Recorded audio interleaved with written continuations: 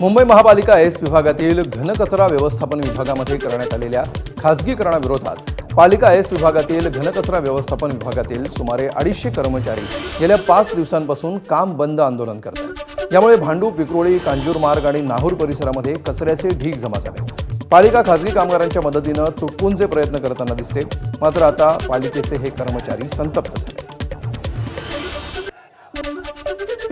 आमच्या या नोकऱ्यात आम्ही देणार कुणाला? आमच्या नोकरीचं करायचं काय? अरे तुम्ही लोकांनी, प्रशासनातल्या लोकांनी बसलेल्यांनी आम्हाला कुठली पूर्वसूचना न देता डायरेक्ट आम्हाला बसून ठेवलेले आले।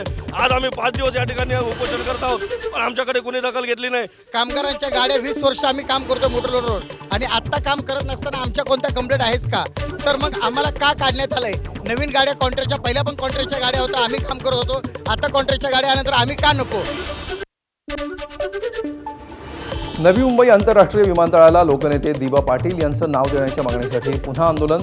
भूमिपुत्र संघटना आणि प्रकल्पग्रस्तांनी पनवेलमध्ये रस्त्यावर उतरून आंदोलन केलंय। स्थानिक नागरिक, प्रकल्पग्रस्त आणि विविध सामाजिक संघटनांनी विमानतळ परिसरामध्ये आंदोलन करत काही काळ रास्ता रोको केला।